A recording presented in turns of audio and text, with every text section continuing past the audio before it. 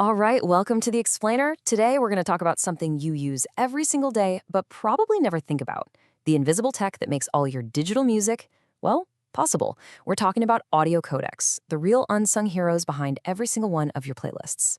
Now, to really get this right, we're actually basing this whole explainer on some pretty serious source material.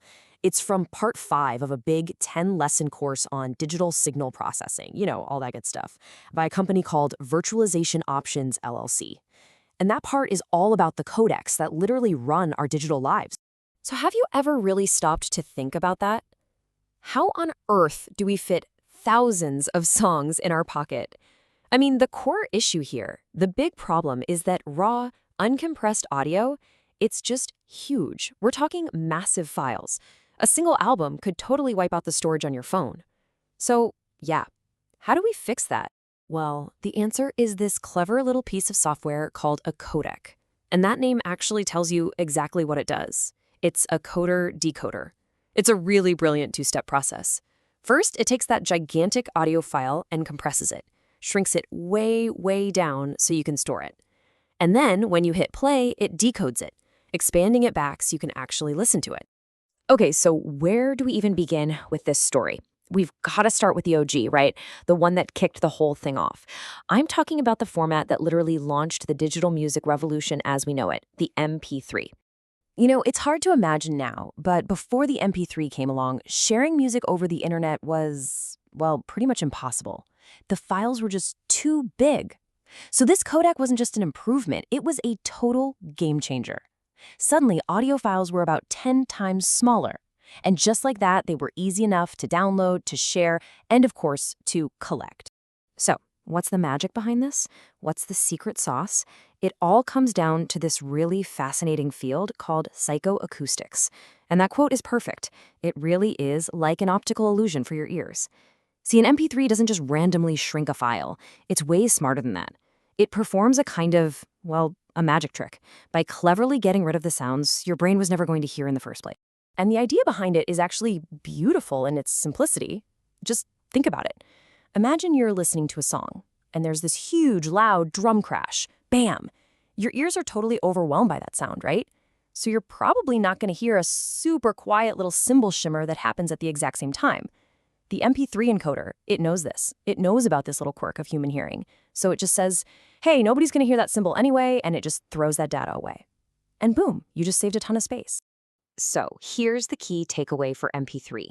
Yeah, there are definitely newer, more advanced codecs out there now. But the real legacy of the MP3, the reason it's still so important, is its universal compatibility. I mean, it will play on literally anything. Your old MP3 player from 2005, your brand new smart TV?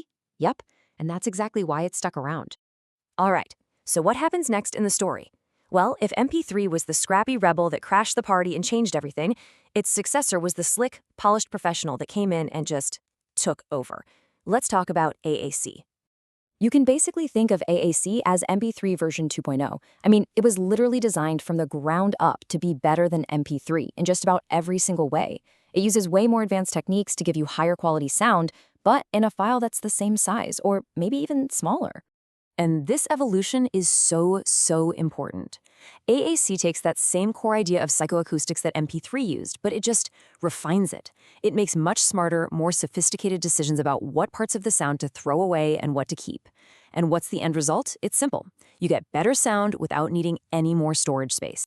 And this is why it matters to you. That incredible efficiency is the whole reason AAC became the standard for pretty much every major platform you use today. We're talking Apple's entire ecosystem, YouTube, pretty much all the big streaming services. When you're listening to music or watching a video, chances are you're listening to AAC. And for you, that means using less data on your phone and getting that smooth, high-quality stream without all the buffering. Okay, but wait a second. We've been talking about how MP3 and AAC are so smart about throwing data away. But what if you don't want to throw any data away? What if you're an audiophile and you want to hear everything exactly as it was recorded? Well, for that, you need a totally different philosophy, a different approach to compression altogether. And right here, this is the heart of it. It's a fundamental trade-off. On one side, you have lossy compression. That's your MP3s and AACs. They are called lossy because they permanently lose some data to get those tiny file sizes. But on the other side, you've got lossless compression, and its only priority is perfect one-to-one, bit-for-bit quality. It doesn't care as much about file size. And that's where codecs like FLAC and ALAC come in. I love this description. They're like a digital photocopy of the original recording. These are for the real audiophiles, the archivists, the people who want to preserve the music perfectly. The goal isn't just good enough sound. It's about creating a mathematically perfect, identical twin of that original studio master. So how do they do it without throwing data away? Well, instead of using psychoacoustics, these codecs work a lot more like a zip file does for documents. They're not trying to trick your ears. Instead, they look for statistical patterns in the music, like a repeating drum loop or a long silent pause, and they just find a more efficient way to write that data down without deleting a single bit. So yeah, the files are definitely bigger than an MP3, but what you get in return is a perfect clone of the master. Okay, so let's recap. We've met our cast of characters. We have the rebel that started it all, MP3, we have the efficient professional, AAC, and we have the perfect archivist, the lossless formats. So, what does all this tech actually mean for you, for the music you listen to every single day? When you boil it all down, it really comes to this. There's no single best codec. It's all about picking the right tool for the right job. It's pretty simple, actually. If your number one priority is making sure it plays absolutely everywhere on any device, old or new, then MP3 is your best friend. If you want the best possible balance of great quality and small file size for streaming and modern devices, AAC is the hands-down winner. But if you've got a killer sound system and you want to hear every last detail exactly as the artist intended, then you gotta go lossless. So next time you put on your headphones or fire up your speakers and hit play, maybe you'll hear things a little differently, because now you know about the incredible science that's happening behind the scenes.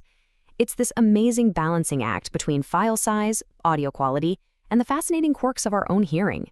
It's all there in every song you listen to. So the only real question is, now that you know, what will you be listening for?